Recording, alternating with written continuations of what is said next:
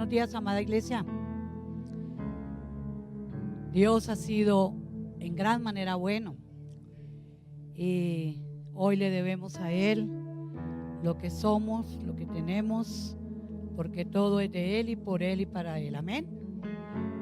Los jóvenes tienen hoy reunión, entonces pueden salir los niños también. Y hoy nos quedamos los adultos.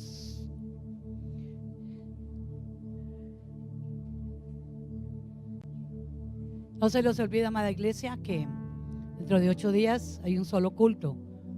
Van a salir varias familias, ya casualmente salieron algunas, porque algunos tienen vacaciones, se fueron ya este fin de semana.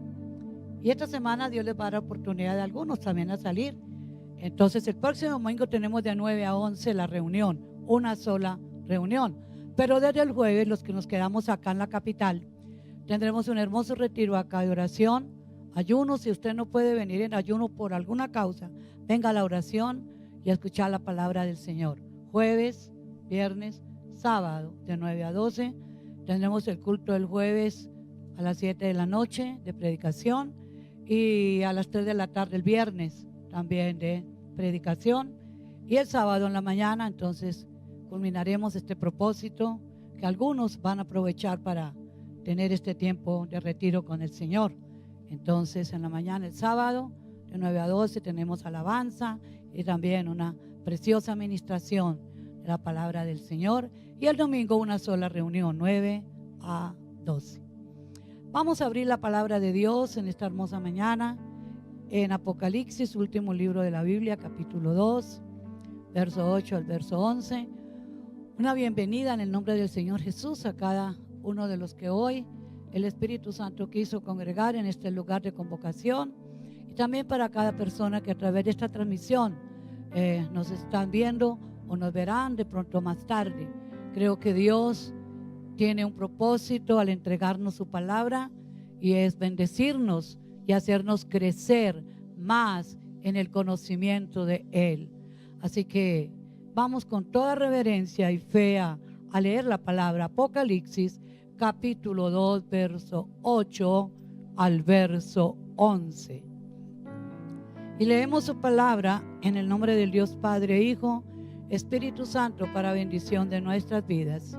El mensaje a Esmirna. Y escribe al ángel de la iglesia en Esmirna, el primero y el postrero, el que estuvo muerto y vivió, dice esto: yo conozco tus obras y tu tribulación y tu pobreza, pero tú eres rico, y la blasfemia de los que se dicen ser judíos y no lo son, sino sinagoga de Satanás. No temas en nada lo que vas a padecer. He aquí, el diablo echará a algunos de vosotros en la cárcel, para que seáis probados, y tendréis tribulación por 10 días. Sé fiel hasta la muerte, y yo te daré la corona de la vida. El que tiene oído, oiga lo que el Espíritu dice a las iglesias. El que venciere no sufrirá daño de la segunda muerte. Amén. Dios bendiga nuestras vidas a través de su palabra.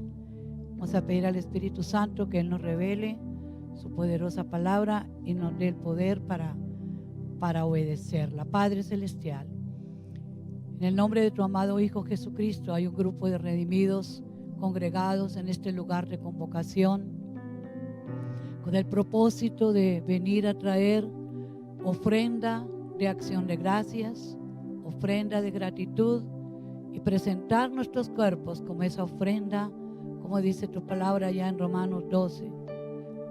Presentéis vuestros cuerpos en sacrificio vivo, santo, puro, agradable a Dios, que es vuestro culto racional. Venimos a presentarnos como la ofrenda grata para ti, y también a decirte que nuestro corazón está agradecido por cada uno de tus beneficios recibidos, por tu fidelidad en cada anochecer, por tus nuevas y gratas misericordias en cada amanecer. Gracias por tu amor, el cual ha sido derramado en nuestros corazones por medio de tu Santo Espíritu que nos ha sido dado. Gracias, Padre Celestial, por tus cuidados tan perfectos para con cada uno de tus hijos. Ahora al oír tu voz. Ay, revélanos tu palabra, ilumínanos tu palabra y danos la fe para creer tu palabra, pero danos el poder para obedecerla también, para llevar honor y gloria a tu gran nombre. Amén. El título de esta reflexión de la palabra dice: la iglesia fiel.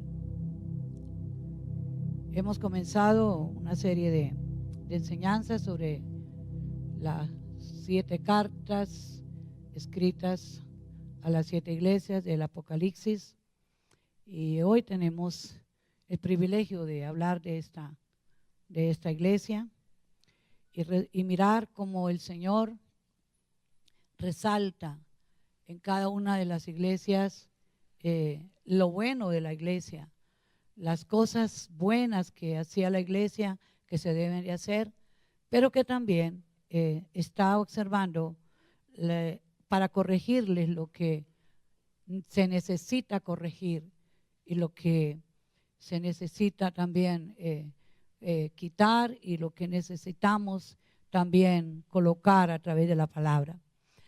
Y vamos a ponerle mucha atención a esta palabra en esta mañana, porque hoy la palabra dice: el que tiene oído para oír, oiga.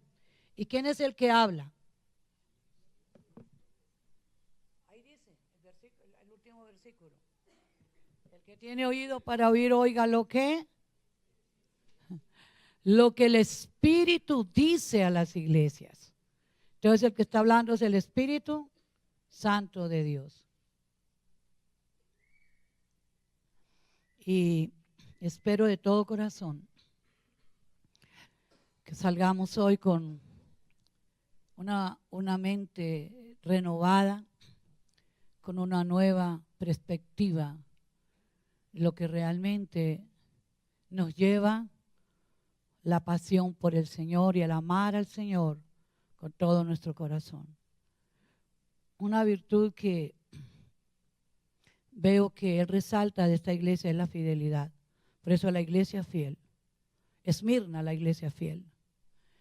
Y una de las palabras que Él tiene preparadas para los que son fieles hasta el final de su carrera es: bien, buen siervo y fiel.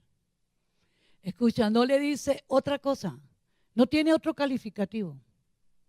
No le dice siervo valiente, campeón. Le dice bien, buen siervo, sierva, fiel. En lo poco fuiste fiel, sobre lo mucho te pondré.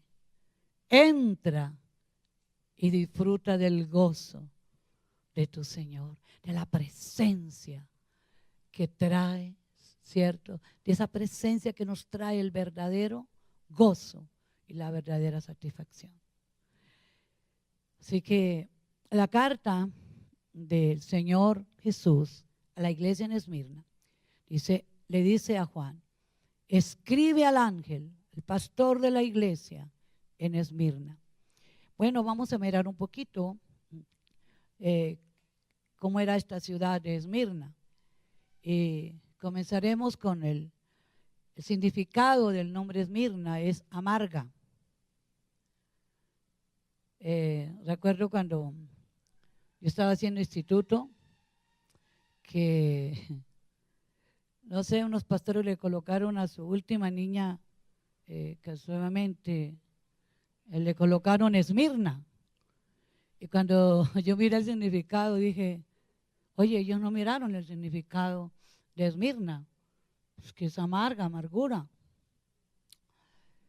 Pero efectivamente era amarga la condición de la iglesia de Cristo que estaba allí en aquella ciudad de Esmirna. Dice que Esmirna estaba situada a orillas del mar Egeo, al norte de Éfeso. Y Esmirna, en idioma turco, quiere decir Izmir. Dice que existe hasta hoy la ciudad. Dice que tiene unos, bueno, en ese entonces, dice que existían unos 2.500 habitantes y era una ciudad grande. Y dice que muy hermosa y muy orgullosa, casualmente por su hermosura. Y dice que ella reclamaba ser la gloria de Asia. Quien dice, soy la ciudad más hermosa de toda Asia. Y era muy orgullosa. Dice que tenía, bueno, era una iglesia, una ciudad con un centro cultural de aprendizaje muy alto, muy elevado. Era una ciudad muy rica materialmente. Tenía un puerto comercial y lo que más allí de pronto vendían y comerciaban era el vino. Vino de todo tipo de exportación, de todo tipo, del más caro como el más barato. Era conocida por ello. Y dice que era una ciudad idólatra. Adoraban varios dioses, pero allí en ese entonces adoraban al César, al emperador romano. Y le tenían un templo, le llamaban el templo de la divinidad del César. Y dice que comenzaron a adorar al emperador porque ellos comenzaron a tener mucha gratitud con Roma porque era una potencia muy grande y comenzó pues a darles muchas ayudarlos. Y comenzaron a demostrar la gratitud y llegaron a tanto que hicieron al César su ídolo, su Dios. Lo adoraban y lo veneraban. Algo que es delante de Dios abominable. Y dice que una vez al año, era obligatorio en aquella ciudad, que una vez al año el ciudadano romano debía de quemar una pizca de incienso. Con eso era suficiente. En el altar de la divinidad del templo de César. Y luego dice que habiendo hecho ese ritual se le daba un certificado de garantía de que había practicado su obligación religiosa y que él había que aceptado que César fuera el Señor. Y ellos tenían que llevarlo como un carnet y lo presentaban donde quiera que bueno, iban a hacer algo. Mira, yo soy un adorador del César. Y todo lo que los cristianos de aquella iglesia no hacían y no harían era esto. Porque ellos también debían, cierto, de quemar esa pizca de aceite y solo decir, era el juramento, no allí, decir, César es Señor. Ya cuando le declaraban, es mi Señor, el amo. Y entonces recibían su certificado y podían irse para adorar como ellos quisieran a su gran emperador. Entonces, ¿qué pasó? Dice que los cristianos no harían aquello, porque ellos no le darían a otro hombre ni a nada de ninguna imagen, le darían el título de Señor, porque ese nombre solo lo guardarían y se lo dirían a Cristo Jesús. Esa era su consigna. Así que solamente ese nombre y ese título lo merecía ¿quién? El Señor. Esa era la consigna de los verdaderos, genuinos cristianos. Él es el único que merece que se le diga Señor. Así que no lo harían ni siquiera por formalidad. Esa era su verdadera convicción. Fidelidad. Qué bueno que hoy el Espíritu Santo mire nuestros corazones, examine y diga, ¿sabe qué me agrada de ti? Tu fidelidad. A pesar de, tú eres fiel.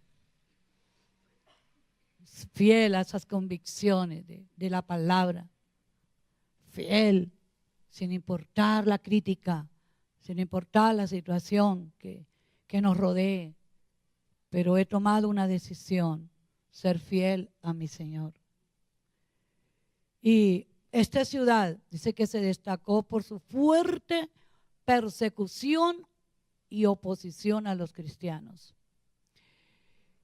En sus alrededores murió como mártir en el año 160 después de Cristo el anciano y obispo de la iglesia de Esmirna, Policarpo. Y dice que cuando trataron, era un anciano de 86 años, y cuando trataron de obligarlo a que blasfemara el nombre de Cristo, el procónsul le insistió tanto y le dijo: oye, haz juramento e insulta a tu Cristo, blasfema contra Él, reniega contra Él, y yo te liberaré. No vas a morir, porque la muerte, la sentencia de muerte ya está contra ti. ¿Sabe qué contestó este anciano de 86 años? Dijo: por 86 años he servido a Jesús y nunca Él me ha fallado. Nunca Él me ha faltado en algo. ¿Cómo he de atreverme a maldecir a mi Rey, Señor? ¡Wow! ¡Qué fidelidad! ¡Qué firmeza de carácter! ¿Y sabe qué pasó? Dice que decidieron quemarlo vivo, porque sufrió una ofensa. ¿A quién? Al César. Y dice que decidieron quemarlo, ni siquiera lo mataron para quemarlo. Vamos a quemar vivo. Y dice que cuando prendieron la hoguera, el viento, vino un fuerte ventarrón y llevó las llamas al lado opuesto, de manera que la hoguera se apagó y Policarpo quedó intacto, y le dio mucha más furia. Vieron un milagro. Ellos vieron al Dios a quien servía Policarpo, cómo lo libró de él ser quemado vivo. Pero dice que vino un verdugo, cogió un hacha y lo decapitó, lo mató. Pero murió dando testimonio a quien había servido por 86 años. Así que, wow. Cuando miramos esto, qué inspiración. Hombres, hermano, héroes que han dado su vida por amor a Dios, por amor a Cristo. Más tarde en ese lugar, dice que fueron sacrificados 1,500 cristianos. Uy, porque ese día se hizo, según los enemigos, hicieron una gran celebración. Y luego en otra de las festejaciones de ellos, fueron muertos 800 cristianos más. Y bueno, y sigue la cuenta. Por eso Esmirna, en verdad, era amarga para la iglesia. Con razón el nombre. Esmirna, mirra, amargura. Cada una de las 7 iglesias, con sus respectivos mensajes, representan las distintas épocas de la iglesia cristiana. Y Esmirna representa el periodo de las grandes persecuciones contra la iglesia del Señor. Porque la iglesia del Señor siempre ha recibido persecución, ha sido perseguida. Hermano, que nosotros tengamos el privilegio, hermano, de no ser perseguidos por servir al Señor, por hablar de Cristo. Uy, hermano, nosotros debemos de, hermano, de verdad de valorar este privilegio, hermano, valorarlo y ¿qué? De aprovecharlo. Aprovecha esta oportunidad, iglesia, que no tenemos persecución ninguna. Antes la gente, cuando uno le habla, antes algunos dicen: quiero que me hables más. El autor de la carta, primer punto, el autor de la carta a la iglesia de Esmirna es el Señor Jesucristo mismo. Y Él se presenta a sí mismo, a la iglesia en Esmirna. Y se presenta como el primero y el postrero. El que estuvo muerto y vivió, dice esto. Wow. Sabemos que ha sido el Señor Jesús el autor verdadero de las cartas a las 7 iglesias. Pero en la carta a cada iglesia, Él subraya o resalta ciertas características y aún experiencias distintas de cada iglesia. Y dice, aquí a la iglesia de Esmirna, Él se presenta y le dice, cierto, soy el primero y soy el postrero. El que estuvo muerto, pero que vive. Porque Él murió y resucitó. Y Él es el que está diciendo estas palabras. Jesús eligió este título de su aparición inicial allí a Juan, al apóstol Juan. En Apocalipsis 1:11, ahí está, ahí, el capítulo anterior. Le dice a Juan, yo soy el alfa. Él dice que él estaba en el Espíritu en el día del Señor. Y él escuchó detrás de él una gran voz, como de trompeta. ¿Y qué era lo que él escuchó? Jesús estaba presentando, diciendo allí, yo soy el alfa y la omega, el primero y el último. Y luego le dice, escribe a tal iglesia. Y Él eligió este título de su aparición a Juan para hablar de su carácter eterno. Él es el eterno Dios. ¿Cuántos lo pueden creer en esta mañana? El eterno Dios, que no tuvo principio ni tendrá fin. El primero y postrero son títulos que le pertenecen solamente al Señor. Si nosotros miramos allí en Isaías 41:4, ahí está. Acuérdese que en algunos de los salmos usted encuentra un letrerito que dice Yahvé, o algunas frases en algunos versos del salmo Yahvé, que está traduciendo que es Jehová. Y Él se está presentando allí en Isaías 41:4. Quiero que vayamos ahí a Isaías. Vamos a ver unos 3 versículos. Isaías 41:4. ¿Quién hizo y realizó esto? ¿Quién llama a las generaciones desde el principio? Dice, yo Jehová, el primero y yo mismo con los postreros. Miremos otro versículo, 44:6 de Isaías. 44:6. Así dice Jehová, Rey de Israel y su Redentor, Jehová de los ejércitos. Yo soy el primero y yo soy el postrero, y fuera de mí no hay Dios, no hay otro Dios, el único Dios todopoderoso. Vamos a Isaías 48:12. 48:12.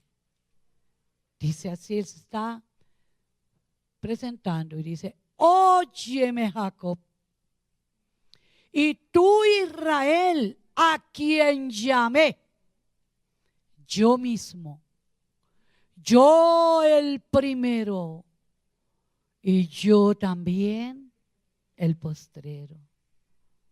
Así dice el Señor, yo soy el primero, también el postrero, y fuera de mí no hay Dios. Qué bueno. Gloria a Dios. Gloria a Dios. Se siente su presencia. Porque Él nos lo está recordando hoy. ¿Quién es Él para ti? ¿Y quién es Él para mí? Yo soy el que soy. El presente y eterno Dios. Wow. Entonces, necesitamos entender que nuestro Dios no se quedó en la tumba. Él murió, pero al tercer día resucitó. Por eso Él se presenta a la iglesia de Esmirna y dice, el que estuvo, ¿qué? Muerto y vivió. Así que el Señor Jesús eligió este título de su aparición allí a Juan en Apocalipsis 1:18. Miren lo que dice. Apocalipsis, cuando Él dijo, estuve muerto y vivió. Y el que vivo, porque Él se está presentando, y estuve muerto, mas he aquí que vivo. ¿Por cuánto tiempo? Por los siglos de los siglos. Amén. Así es, así sea. Gloria a Dios. Y mire lo que dice la autoridad suprema. Y tengo la llave de la muerte y del Hades. Ay, escribe las cosas que has visto y las que son y las que han de ser después de esto. Que el Espíritu Santo nos siga revelando su palabra. Así que Él se presentó a la iglesia de Esmirna como el que estuvo muerto y que vivió, para recordarle a los cristianos en Esmirna que ellos servían al Señor, al Cristo victorioso sobre la muerte. Ay, amén. Al que venció la muerte. Dice que la muerte no pudo detener a Jesús en la tumba. Y su pueblo tampoco se podía detener ante las amenazas de la muerte. Él mismo dijo, no le teman. Le dijo, hermana pequeña, no le teman a los que matan el cuerpo. Témale a aquel que tiene el poder y la autoridad de enviar el alma al infierno. A ese debe de tener temor reverente.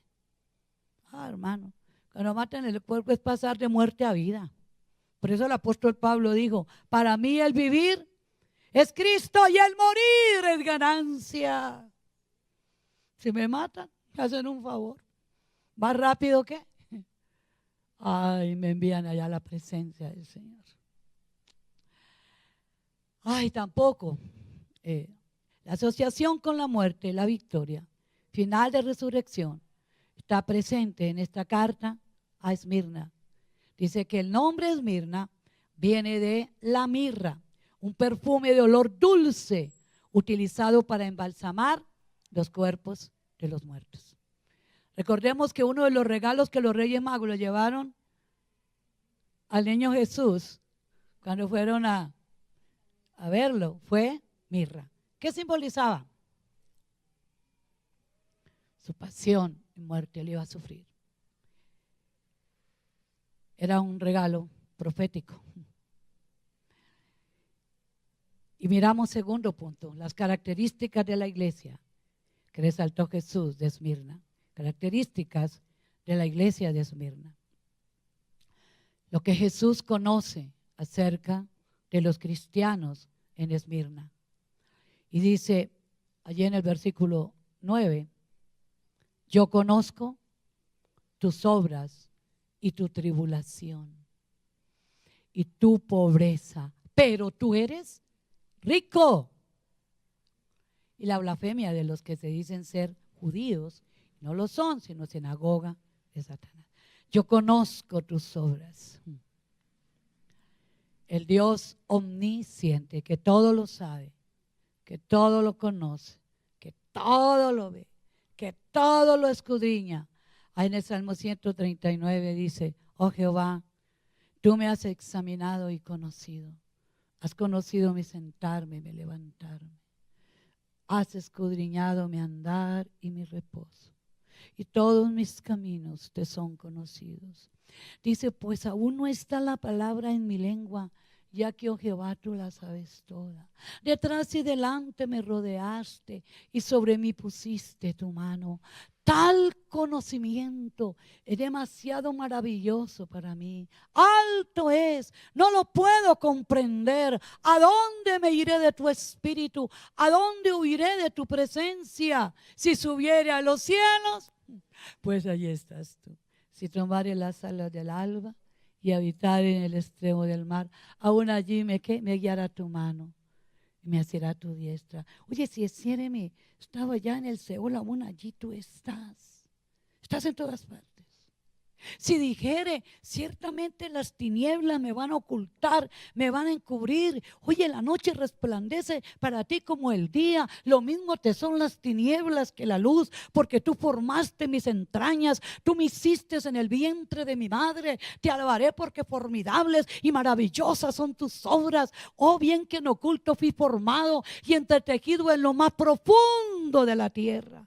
Mi embrión vieron tus ojos y en tu libro estaban escritas todas aquellas cosas que fueron luego formadas sin faltar una de ellas. Oh, te alabaré porque grandes, incomparables son que tus obras. Estoy maravillado y mi alma lo sabe bien. Ay, él expresaba allí la omnisciencia de Dios. Él todo lo sabe. Tú te puedes esconder del hombre, de tu cónyuge. Pero busque un lugar bien oculto, que no nos vayan a pillar, no nos vayan a ver. Yo creo que por aquí no pasa el pastor Gamaliel, ni la pastora, por aquí no vienen. Por aquí no vienen los hermanos de la iglesia. Y se les olvida que los ojos de Dios te están mirando. Que Él todo lo sabe, que Él todo lo conoce y que no hay escondedijos donde usted y yo querramos ocultarnos, que Él no nos vea. Dele un aplauso a ese Dios omnisciente, que todo lo sabe, todo lo conoce. Por eso Él se está presentando a la iglesia, que ella todo, Él todo ¿qué? Todo lo sabe. Yo conozco tus obras, le dice a la iglesia. De la misma manera en que él conocía las obras de la iglesia de Éfeso. Allí en Apocalipsis 2:2. Yo conozco tus obras, le dijo la iglesia de Éfeso. Y tu arduo trabajo y paciencia. Conozco tus virtudes. No puedes soportar a los malos, a los que dicen ser apóstoles. No lo son, los has hallado mentirosos. Oye, hasta has sufrido. ¿Y has tenido qué? Paciencia. Has trabajado, eres una iglesia de mucho trabajo, ¿cierto? Has trabajado arduamente por amor de mi nombre y no has desmayado. ¡Wow! Uy, varias características muy buenas de la iglesia. Pero ¿cuál era la queja de Dios? Pero tengo contra ti que me has olvidado. Tremendo. Has dejado tu primer amor. Ya no me amas.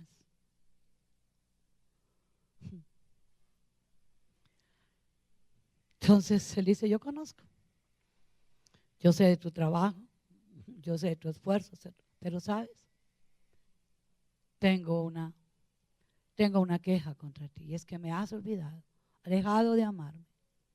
Mucho activismo, tremendo esto, porque por activismo muchos han dejado a Dios, se han ocupado tanto de lo que tienen que hacer que no le pueden servir a Dios. Y no pueden sacar un tiempito, porque ese tiempo, mejor dicho, para ellos es muy valioso. Y ocuparlo en orar, no, eso es pérdida de tiempo.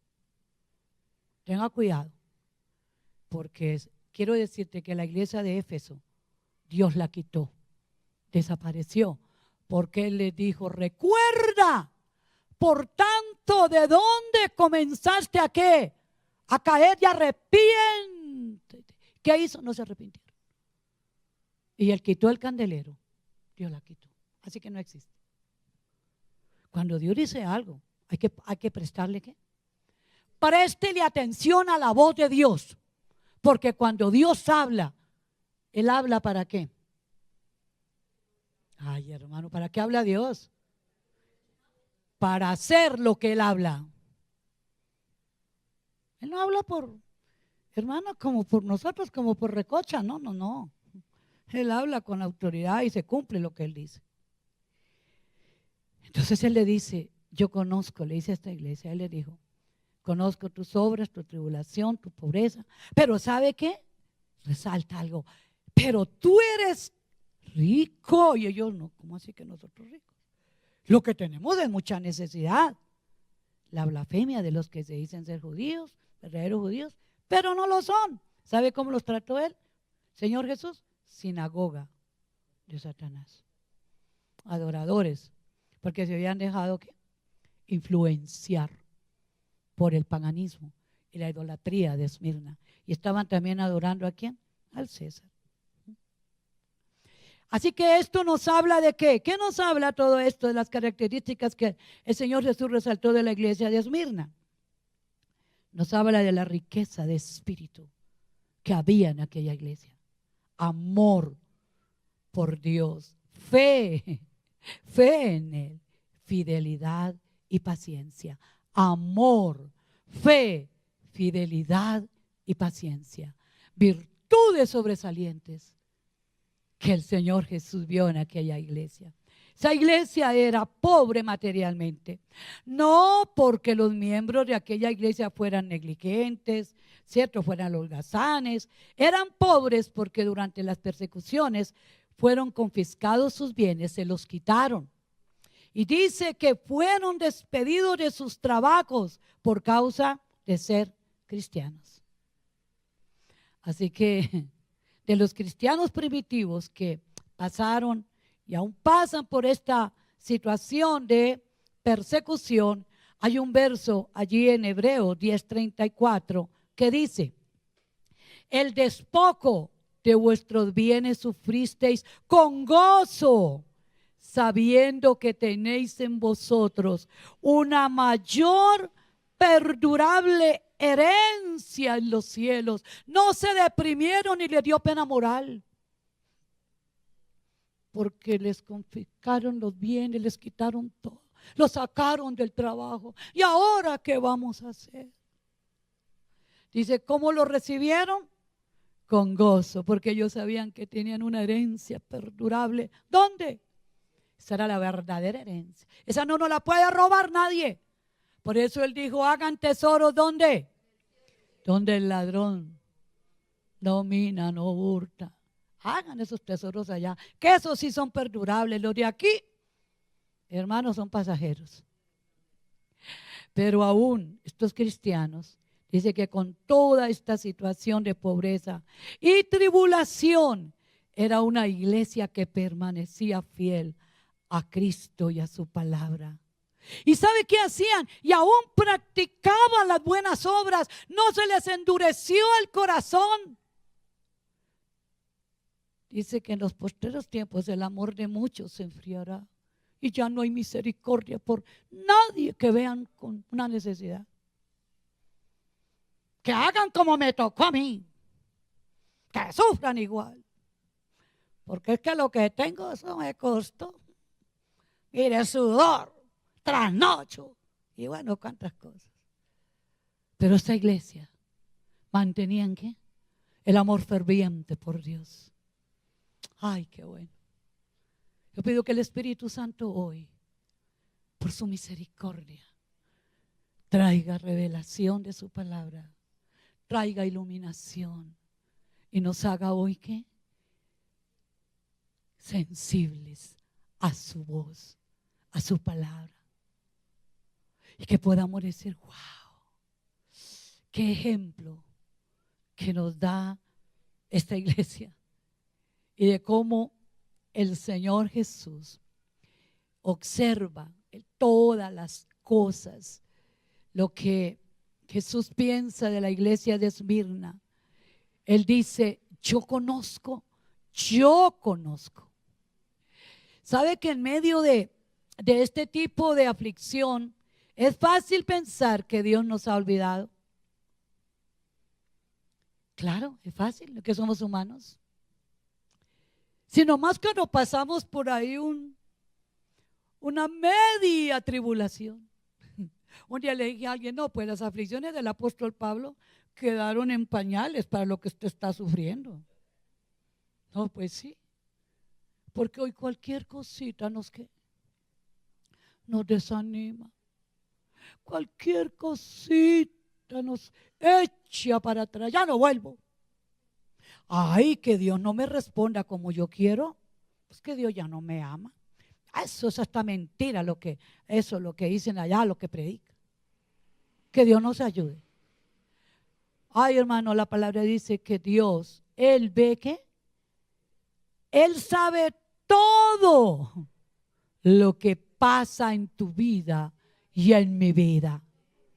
Dígase lo que tiene a su lado. Dios sabe todo lo que está pasando en nuestras vidas. Hermano, para Él no es desconocido. Él sabe de tus luchas, de tus batallas internas, de mis batallas. Él lo sabe todo. Lo más hermoso con Él es que Él camina con nosotros en el desierto.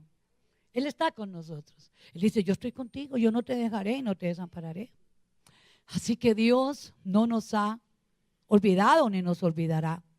Y entonces Él le dice, conozco tu pobreza material.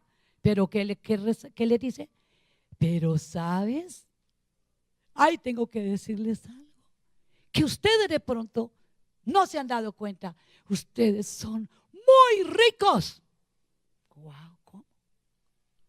Ay, pero si tenemos necesidades por todos lados. ¿De qué riqueza le estaba hablando el Señor? De su riqueza espiritual. Cualquier circunstancia externa mostraría que los cristianos de Esmirna económicamente y materialmente eran muy pobres, aún destituidos de los derechos como ciudadanos de aquella nacionalidad o nación. Y nosotros tenemos el derecho de ir, hermano, como nosotros tenemos el derecho de tener ¿qué? Seguro social. Ellos no tenían ese derecho, porque ellos tenían que mostrar el certificado ¿de qué? De que eran ¿qué? Adoradores del César. Y si no lo tenían, para usted no hay ni trabajo, ni hay salud, ni hay nada. Eso es mucha fe, hermano, de estos cristianos. Los abandonamos totalmente a la soberanía. ¿Por qué? Porque ellos conocían quién era su Dios. ¡Qué bueno! Ellos sabían. Nos basta tenerte a ti. Y si te tenemos a ti, lo tenemos todos. ¿Sabes por qué eran ricos? Porque contaban con la presencia de Dios. La riqueza más grande. Ustedes son ricos, ricos en amor por Dios, fe en Él, fe a su palabra, fidelidad con Él, paciencia para soportar hasta la venida de la respuesta del Señor. Ay, amén, alábele, alábele. Oh Dios, ayúdanos hoy a salir de este lugar confrontados y hasta decir, uy Señor, perdóname, porque yo me he quejado de nada. Yo conozco ¿qué? Yo conozco tu condición espiritual, eres rico. Y es cuando podemos decir, cierto, dulce fragancia, Esmirna. Ay, acuérdense que la mirra era para embalsamar los cuerpos de los muertos. Y aquí mirando la situación, dice que Jesús miró a través de las circunstancias y vio en ellos algo que Él tuvo que expresar y decir, esta iglesia es una iglesia muy rica. Las riquezas espirituales cuenta con mi presencia. Entonces se podía decir, dulce fragancia Esmirna, la más pobre material, pero la más rica espiritual. Una iglesia pura, una iglesia fiel, la mejor de las otras 6 iglesias. ¿Esta se llevó qué? se llevó de parte del Señor Jesús. ¿Qué? Ay, hermano, ¿qué dijo él? Cuando él la vio y dijo, wow, qué fidelidad a mí. Entonces, un calificativo precioso. Esta se ganó aquellas palabras: bien, buen siervo y fiel. En lo poco has sido fiel, sobre lo mucho te pondré, entra. Ay, disfruta del gozo de tu Señor. Yo conozco tu condición espiritual. Eres rico. Es lo que el Señor Jesús describió de ellos. Y si el Señor Jesús los consideraba que eran ricos, pues eran ricos. Aunque la apariencia ante el mundo era todo lo contrario. Pobretones, pobres, no sé. Yo creo que los rechazados, claro. Ay, porque es que para el mundo vale el que tiene plata. Así es, ¿verdad? Para la cultura del mundo. Ese tiene valor, peso, otro no. El que no tiene nada huele feo, quítate de ahí. Ay, pero para Dios no. La riqueza más grande que alguien puede tener es tener la presencia de Dios y adquirir el conocimiento de Dios. Lo más grande. Así que en comparación o en contraste con la iglesia de la Odisea, allí en Apocalipsis 3:17, ahí hay el antiguo capítulo 3:17, dice que esta iglesia de la Odisea decía: yo soy rico, wow, y me he enriquecido. Ni siquiera le daban la gloria a Dios por tener lo que tenía. Y de ninguna cosa tengo necesidad. Y no sabes quién le dice, Señor Jesús, que tú eres un desventurado, miserable, pobre, ciego y desnudo. Y les aconseja: vaya, yo les doy un consejo, vaya, compren oro refinado en fuego para que sea rico, vaya, pasen por la prueba. Porque estaba pasando en la iglesia de Esmirna, ¿cierto? Y vestiduras blancas, santidad, limpieza, pureza para vestirte, y que no se descubra la vergüenza de tu desnudez, y unge tus ojos con colirio, porque estás muy mal de visión. Tu engañoso corazón te tiene muy engañado.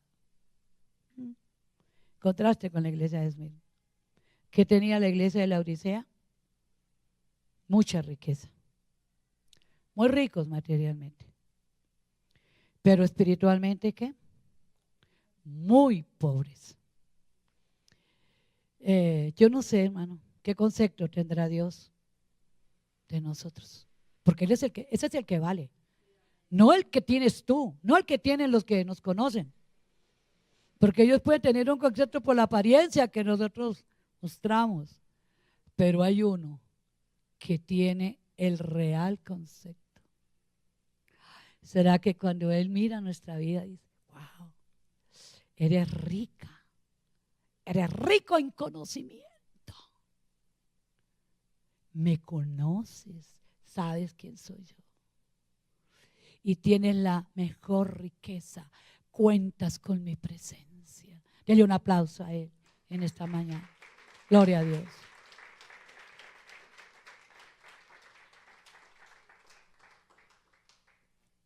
Él dice: mira, yo conozco la blasfemia de los que se dicen ser judíos y no lo son. Así que el Señor Jesús conocía el abuso que estos cristianos estaban soportando. Ay, hermano, allí, ¿contra quiénes? Contra aquellos hombres religiosos. Dice que ellos estaban soportando un abuso muy fuerte en manos de aquellos hombres religiosos. Los acusaban, los condenaban, bueno, los rechazaban. Dice que allí en aquella ciudad había una gran y hostil comunidad de judíos en Esmirna, pero un verdadero judío es aquel que confía en Dios y que cree en Cristo Jesús. Así que los otros podían ser judíos étnicos. De pronto, la cultura judía. Venimos de la raza judía, del estirpe judío, de la nacionalidad judía. ¿Pero qué? Dice, los cuales aún tienen, ¿cierto?, su lugar delante de Dios, pero no son judíos espirituales delante de Dios que realmente le conocían, le honraban, le respetaban como Dios. Hermano, y nosotros podemos decir lo mismo, uy, tremendo, ¿cierto? A ver, de esta clase de personas allí, como que se habían dejado, ¿qué?, influenciar. Y estaban practicando las mismas prácticas de los otros. Ellos sí tenían el certificado. Habían quemado la pizquita de incienso. Y habían dicho, César es Señor. Traidores, habían traicionado al Señor. Y el Señor dijo, yo los conozco, son sinagoga de Satanás. ¿Cómo lo veía él? Señor, ¿cuál fue el calificativo para ellos? Sinagoga de Satanás. ¿Por qué? Porque eran adoradores de Satanás. Sí, idólatras. Y él le dijo, aquellos cristianos sufrían de ver la condición de ellos. Pero yo los conozco, yo sé. Tranquilos. Yo sé quiénes son. Así que en la iglesia él conoce quiénes son los genuinos. ¿Qué cree usted? ¡Ay, claro! Él sabe en su iglesia, porque él tiene una sola iglesia. No estoy hablando aquí nomás del grupo de centro de oración de aquí, de este lugar, no. Él tiene una sola iglesia. Y él conoce de su iglesia quiénes son los verdaderos, genuinos cristianos. Los que realmente viven una vida que le agrada a él. ¿Y sabe quiénes son? Los de apariencia. Eso no lo podemos nosotros hacer, él lo hace. Dice, yo sé quién eres, yo conozco tus obras, yo sé lo que practicas cuando no estás aquí en este lugar. Yo sé lo que hablas y de quién hablas. Y lo oyó Jehová. Cuando por allá estaban hablando, ¿cierto? Por ahí mal. Y lo oyó Dios y se enojó el Señor. Uy, porque nos olvidamos que nuestro Dios es un Dios omnisciente, omnipresente. Hay que tener cuidado, hermano, con lo que practicamos por allá, donde usted cree que Dios no lo ve. Eso le enseñamos a nuestros hijos desde muy pequeños. Cuidado. Papá y mamá no te están viendo, pero los ojos de Dios te están mirando. Él escucha nuestras palabras, ve nuestros actos, todo lo sabe, lo conoce. Y por eso Él dice que a cada uno Él nos va a recompensar según nuestras obras.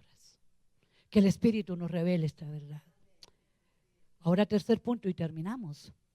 Lo que Jesús quiere que hagan, o el consejo que Jesús les da a los cristianos en Esmirna. 2:10. No temas en nada lo que vas a padecer. Apocalipsis 2:10. He aquí el diablo echará a algunos de vosotros en la cárcel para que seáis probados. ¿Y qué le dice? Y tendréis tribulación por 10 días. Pero le da un hermoso consejo, les anima. Sé fiel hasta la muerte y yo te daré la corona de vida. No temas. Literalmente se traduce, deja de tener miedo.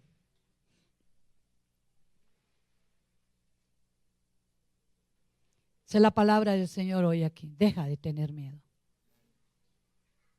¿Qué es lo que te produce temor? Miedo. No temor reverente, miedo. Y Él dice, deja de tener miedo. Los cristianos de Esmirna sufrieron persecución. Y hermano, y a veces ellos tenían como humanos miedo. Y a veces nosotros pensamos que los cristianos que soportan tribulación por las persecuciones, de pronto son superhéroes. ¡Wow! Uy, porque yo no lo aguantaría. Y a veces, ¿qué? A veces, hermano, no. no tenemos en cuenta la profundidad del temor con que ellos batallan y contra lo que ellos luchan. ¿Usted cree que ellos no se ven a veces tentados, hermanos, a decir, no quiero continuar? Claro. Es por eso yo les decía a los hermanos de esta mañana, hermanos, tengamos en cuenta la iglesia sufriente. Como cuando usted está orando por su familia, tenga esa iglesia presente. Cuando está orando aquí por su congregación, tenga esa iglesia presente. Yo le pedí al Señor eso, ayúdame a que cada día, que cada mañana que ore, tenga la iglesia sufriente en oración. Dales fortaleza, Señor. Dales cada día más fe para que ellos puedan soportar hasta el final toda tortura, toda situación. Hay que orar para que Dios les dé consolación, porque Él es el Dios de la fortaleza, amén.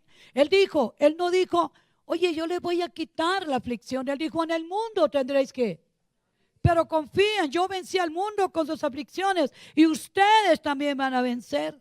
Así que habrán cosas por las que ellos tenían que padecer, y el Señor Jesús quería que estuvieran listos para permanecer firmes antes de pasar por esas cosas. Él nos da advertencia. Oye, prepárate, porque vas a pasar una prueba. Y a veces cuando Él nos habla, yo siempre cuando el Señor nos habla de que viene un levantamiento, viene una bendición, prepárate, porque antes de ese levantamiento, de esa bendición, viene una prueba. Porque Él forma carácter para entregarnos aquella respuesta que es tan valiosa. Pero no nos preparamos para recibir ay, tremendo, ¿cuál será la bendición? Y cuando viene la prueba, oye, luego no me habían dicho que, wow, que venía un de repente del Señor y yo lo estaba esperando, pero mire, fue aquí un momento triste, de angustia, ¿qué pasó? Y el Señor dice, oye, ¿sabes que yo te preparo en carácter para que cuando llegue mi bendición estés firme en mí? Porque no hay sea que mi bendición te aleje de mí. ¿Sabe qué se ha pasado? Dios da la bendición y luego le damos la espalda a Dios, al Dios de la bendición. Y nos agarramos de la bendición y nos vamos con la bendición. Bueno, ya fui bendecido. Yo iba a esa iglesia mientras Dios me daba trabajo, pero como ya me dio, ya para qué vuelvo.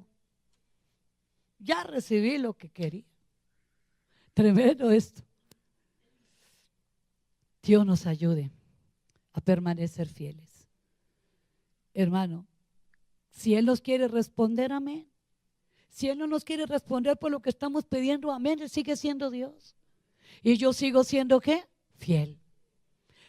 Hay que honrar la soberanía de Dios. Porque a veces, ¿qué? ¿Por qué comienza el primer amor a perderse? Porque comenzamos ¿a qué? A cuestionar la soberanía de Dios. Yo no entiendo. Dicen que Dios nos ama, ay, que Dios nos guarda, que Dios nos protege, ay, que Dios está. Y si Dios lo permite, Él está probando nuestro corazón. Él le dice el diablo, porque Dios le da permiso al diablo. Eso lo hizo con Job. Y le dice, no le dice, yo lo voy a mandar a la cárcel. Él le dice, el diablo echará a algunos de vosotros en la cárcel. ¿Sí? Aquí el Señor Jesús describe la naturaleza de la persecución que vendría en contra de los cristianos en Esmirna. Y les está advirtiendo, ¿cierto? Y aparentemente ellos dicen que iban a ser encarcelados por un periodo específico de tiempo. Y les dice, tendréis aflicción por 10 días. Así que tranquilos, no va a ser para siempre, que van a estar en esa cárcel. Dice que las cárceles de ese entonces no estaban adaptadas para echar allí por mucho tiempo a las personas, porque eran cárceles de tortura. Allí muchos los sacaban muertos. No eran como las de por acá, las de hoy. No. Entonces le dice, van a estar por un breve tiempo allí. Así que la persecución que vendría a los cristianos en Esmirna sería de parte de ¿quién? Del diablo, dice acá, el diablo los va a echar a la cárcel, ¿cierto? Porque él es el acusador de los cristianos. ¿Cuántos saben que Satanás es el acusador de los hijos de Dios? Léase allá Apocalipsis, ¿no? Y allá encuentra las citas. Dice, pero el tiempo de dicha tribulación estaba limitado por Dios. Quizá el diablo quería, ¿cierto?, encarcelarlos y hasta sacarlos de allá muertos. Sí, encarcelarlos por más tiempo, pero Dios limitó el tiempo de la persecución y le dijo, es un breve tiempo. Porque Dios, escúchame, amada iglesia, Dios no nos va a permitir nada más de lo que podamos, ¿qué? Soportar. Porque Dios es misericordioso, justo y fiel. Dele la gloria a Él. Gloria a Dios. Así que Él no le escribe a la iglesia de Esmirna diciéndole, gócense y alégrense y prepárense porque viene un tiempo de bonanza. Hay un tiempo de ¿qué? De prosperidad, donde será restituido todos los bienes que les han quitado. ¿Sabe qué le dijo? Prepárense, porque viene una tribulación más fuerte. ¿Pero qué? ¿Qué le dice? Les anima. No tengan ¿qué? Miedo. No teman. Va a ser breve el momento de fuerte de tribulación. Pero le dice, ¿para qué era? Porque todo lo que Dios permite tiene un propósito. Y Él permitía esto para ser ¿qué? Probados. Bueno, y uno se pregunta, bueno, si el Señor les habló, les mandó una carta diciéndoles, bueno, lo que iba a suceder, de pronto ellos eran personas de fe, habían de ver ¿qué? Reprendido y haber orado y haber echado fuera ese decreto del diablo. Pero ¿saben? No lo hicieron. Porque ellos estaban sometidos a la voluntad de Dios. Y ellos sabían que lo que Dios estaba permitiendo era con propósito. Amada iglesia, Dios tenía un propósito con las aflicciones que estaba permitiendo a esta iglesia. Dios permite lo que está pasando, lo que va a pasar, porque Él tiene que. Así que cuando usted ve a alguien pasando un momento, dígale, hermano, dígale al Espíritu Santo que te fortalezca en fe, que te dé fuerzas. Ay, hermano, que te dé consolación, porque eso no es por mucho tiempo. Él tiene un propósito. Pídele al Espíritu Santo que le muestre cuál es el propósito por el cual Dios está permitiendo esta situación. Uno de los propósitos era que Dios estaba permitiendo para purificar los corazones de ellos. ¿Qué dice primera de Pedro 1, 6 y 7? Ya estoy con este último puntico acá terminando. Primera de Pedro. Vamos a leerlo porque va a bendecir tu vida. Primera de Pedro 1, 6.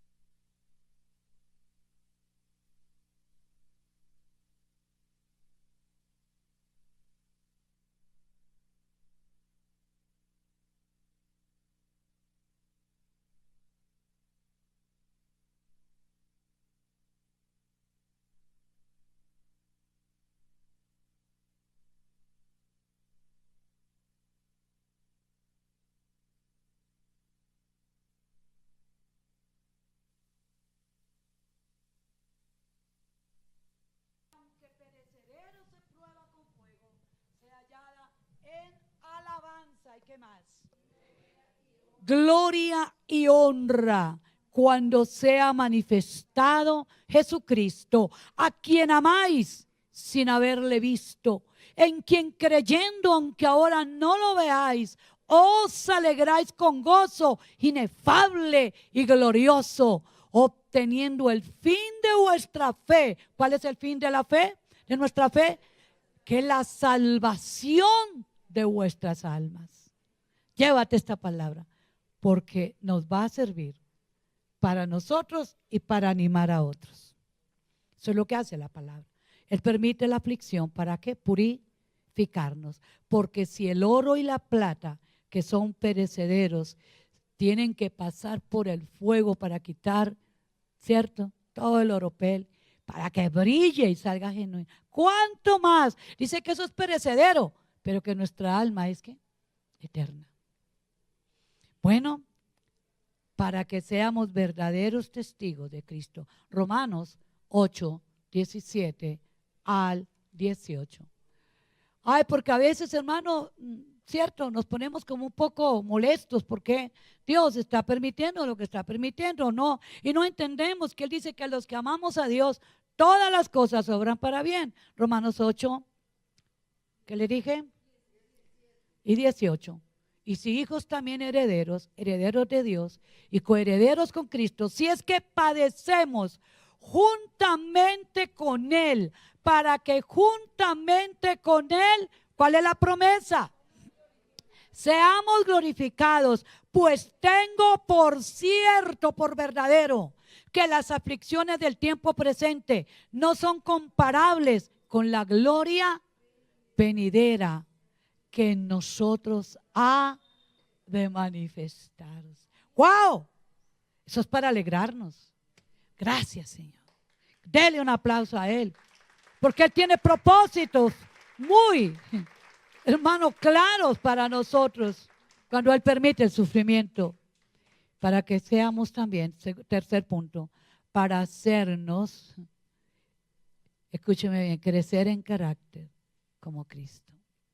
Las aflicciones, las situaciones, dice que Él nos hace ¿qué? Hacernos en carácter como Cristo Jesús. Ahí está ese versículo. Y siguiente, para que seamos verdaderos testigos de Él. En Hechos 1:8 Él dijo, ¿me seréis qué? Testigos. Sí, cuando haya venido sobre vosotros el Espíritu Santo. Me seréis testigos en Jerusalén, Judea, Samaria, hasta lo último de la tierra. Y Dios permitió este ataque del enemigo para que ellos fueran probados por medio de su ¿qué? Su sufrimiento. Allí en Gálatas 6:17 Pablo dijo, ninguno me juzgue ni me critique. ¿Por qué? Porque yo sí soy. Él pudo decir, soy verdadero testigo de lo que es testigo de Cristo, de lo que es padecer por causa de predicar el evangelio. Porque llevo las marcas de Cristo en mi cuerpo. Puedo mostrar las marcas del sufrimiento. Así que Él permitió sufrimiento en esta iglesia para demostrar las verdaderas riquezas que había espirituales en esta iglesia de Esmirna. Dice que a todos, incluyendo a ellos mismos, porque ellos desconocían que eran ricos, porque ellos lo que habían experimentado era pobreza, necesidad. Y a pesar, dice que el Señor hace algo, que Él sabía que ellos eran ricos. Dios les habla, les dice, les recuerda. Él te dice en esta mañana, yo sé que tú sabes lo que yo te he prometido a través de mi palabra, pero ¿sabes qué estoy haciendo? Recordándotelo. Yo sé cuánta riqueza de mí hay en tu corazón, cuánto conocimiento de mí tienes, cuánta fidelidad tienes mi palabra. Yo lo sé. Así que Dios probaría esta iglesia, pero pasarían la prueba, porque Él es fiel para fortalecernos en medio de ¿qué? De la prueba. Y dice que esta iglesia comparada aquí, las otras, no vemos que el Señor le haga ningún reproche. No dice, bueno, tengo contra ti ¿qué? Que te has desanimado en medio de la prueba. Sino Él viene a animarles y a decirles, prepárense, porque viene una tribulación más fuerte. Uy. Sé fiel hasta la muerte. Yo le digo algo, amada iglesia, cuando el Señor nos habla, póngale atención, porque Él nos está preparando para algún momento que viene fuerte. Y a veces nosotros decimos, pero esa palabra no la necesitábamos. Y cuando llega el momento vas a decir, sí la necesitábamos. Sé fiel hasta la muerte y yo te daré la corona de la vida. Lo que Jesús le dice a esta iglesia es importante, pero lo que no le dice es aún más importante. Dice que el Señor Jesús no tiene ni una palabra de reproche, de reprensión o de corrección para la iglesia de Esmirna. ¿Qué era lo que había visto en ellos? Amor, fe, fidelidad y ¿qué? Paciencia. Todo lo que Él tiene es la promesa de una corona y les anima a que sean ¿qué? Fieles hasta la muerte, porque van a tener un galardón. Jesús mira a los cristianos de la iglesia en Esmirna y le dice: ustedes son mis ganadores. Ay, allá en Romanos el apóstol Pablo dijo que somos más que vencedores. ¡Wow! Soy más que vencedores. Soy mis ganadores. Se merecen un trofeo, un galardón, y yo se lo voy a otorgar. La corona. ¿Cuál cree usted que era la corona? No crea que les dijo: les tengo una corona de tantos quilates de oro allá en el cielo. ¿Quién es esa corona de vida? Cristo mismo. Él es nuestra eterna esperanza de gloria. Él es tu corona de gloria y mi corona de gloria. Apláudale. ¡Ay, qué mejor! Gloria a Dios. Luego dice una exhortación general para todos los que oigan. El que tiene oído, oiga lo que el Espíritu dice a las iglesias. El que tiene oído, a pesar de que el Espíritu tiene algo que decir a través de cada una de estas iglesias, ¿cierto? ¿Qué es lo que dice esta carta que mandó aquí a esta iglesia de Esmirna? Puede aplicarse hoy a cada condición, a cada iglesia o a cada lugar donde está la iglesia del Señor. Y sabe que, amado, de pronto nosotros no estamos atravesando por las aflicciones o persecuciones que la iglesia de Esmirna atravesó, pero sabe, estamos enfrentando ¿qué? Situaciones, otras situaciones, experiencias personales, batallas personales, hermano, un entorno fuerte espiritual. Pero ¿sabe qué dice él? Sé fiel. ¿En medio de qué? En medio de esta presión, en el trabajo, de pronto allá en el estudio, de pronto en casa. Él dice, el consejo de Dios es: te quiero ¿qué? Fiel. Y no por un tiempo, hasta la muerte. Vale la pena que me seas fiel, porque yo te voy a galardonar. Qué bueno. Yo tengo galardón para ti. El apóstol Pablo dijo: prosigo hacia qué? Hacia la meta, hacia el supremo llamamiento que es en Cristo Jesús. Tengo un galardón. Ese galardón es Cristo. ¿Qué me? Cuando de su boca escuchemos las palabras: bien, ¿qué?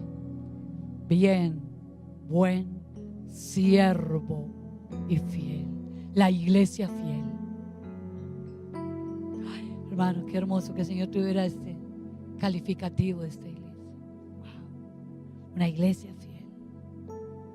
Que tenga ese calificativo de ti, de mí. Mi sierva fiel, mi siervo fiel, mi hijo fiel, mi hija fiel. Y yo recompenso esa fidelidad a Él. No espere la recompensa del hombre. Espérela, porque tú eres fiel a Él y seremos fiel a Él. Y un día Él nos dirá: bien, buen, así como le dirá a esa iglesia de Esmirna: bien, buen siervo y fiel. En lo poco me fuiste fiel.